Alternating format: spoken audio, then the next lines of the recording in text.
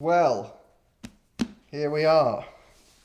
This t-shirt, these jeans, this belt I'm wearing, accessories, it's all a lie. I have not looked like this in not just hours, but days.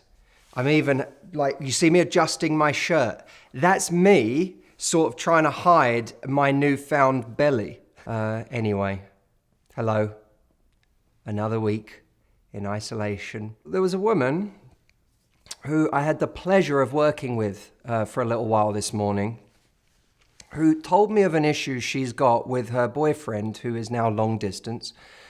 They live about 30 minutes apart. They're not seeing each other. I asked her, are they speaking every day? It was just a casual question. I didn't know that anything would come of it. I said, oh, that must be tough. Are you speaking every day? And she said, well, actually, we text every day, but we speak on the phone about once a week. And I thought, oh, that's interesting, because I don't know many people who in a relationship can get by on just one phone call a week. Not to say that there's anything wrong with that. There are many ways to have a relationship, and it depends on how each person feels. But I know for me, that wouldn't be nearly enough.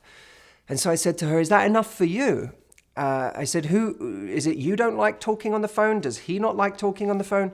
She said, well, he doesn't like talking on the phone. I said, well, have you talked to him about it? She said, well, he's kind of stubborn. And she kind of almost shrugged that off like it was a cute quality of his. And I said, well, do you want to have that conversation? And she said, well, I don't know. I mean, I think it's good for me anyway, because I need to focus on my independence. And I think this is actually a good time for me to do that. It's to focus on being more independent. Now, I'm always interested in those moments where people find ways to square in their own mind something that maybe isn't meeting their needs. Because clearly this person, because even when I said to her, do you like speaking on the phone? She lit up. She said, oh, I love speaking on the phone. I said, so this is not a situation that's meeting your needs. I get that you want to be more independent, or that you feel that's something that you could focus on during this time, and that's wonderful. But there's a quote from one of my favorite movies, Interstellar, where Matthew McConaughey's father-in-law says to him, never trust the right thing done for the wrong reason. And I would apply that in this case, that whilst it may be a good thing for her and all of us to focus on our independence and our ability to take care of ourselves or self-soothe at times, in this case, it was being used as justification for her not speaking up about her needs, which really wasn't happening because she was afraid of what might happen if she did. When we're afraid to bring up our needs, what is it we're scared of? We're scared that we might be seen as high maintenance. We're scared that it might lead to confrontation. We're scared that we might seem weak or needy or overly vulnerable, and that will be perceived as unattractive. We're afraid that we'll be perceived as a nag. At its most extreme, we're afraid that, rightly or wrongly, rationally or irrationally, that us bringing something up could precipitate a breakup. We've pictured the unhappiness of someone leaving, but we're not associating with the unhappiness we already have in our needs not being met. We are already in pain if our needs aren't being met in the situation we're in. We're not avoiding pain, we are in pain. We're just in a different kind of pain. That's something that can be avoided by approaching something with confidence, with calm, and of course we're going to have emotion, but try to have some emotional neutrality in the moment so that you're able to make your case without losing control to your emotions, where you now get angry or excessively upset when you're trying to just communicate that, hey, this is something that's important to me.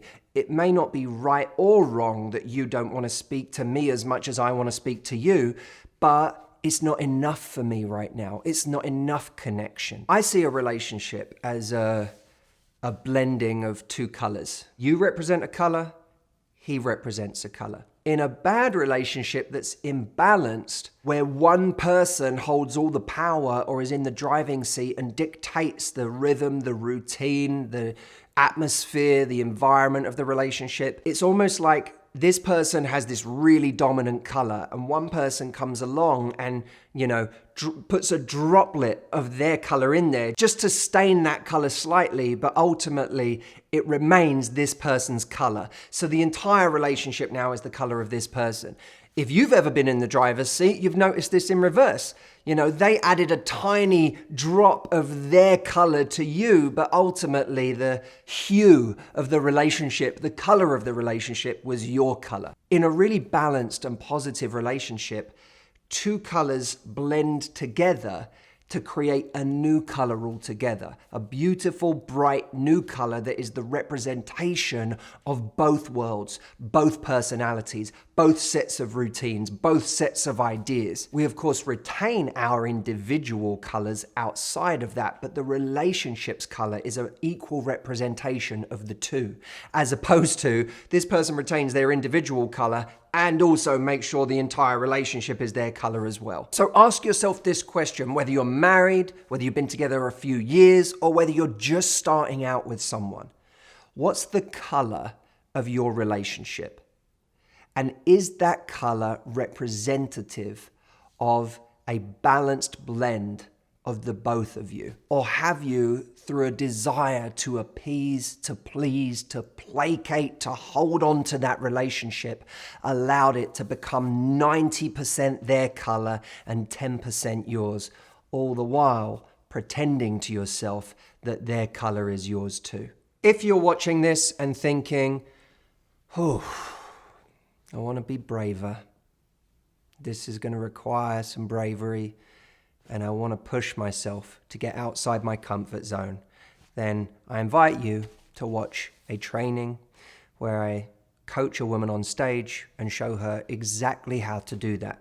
And I think by watching her, you'll also see how you too can be braver and get out of your comfort zone. So go to this link, check it out, and I will see you there.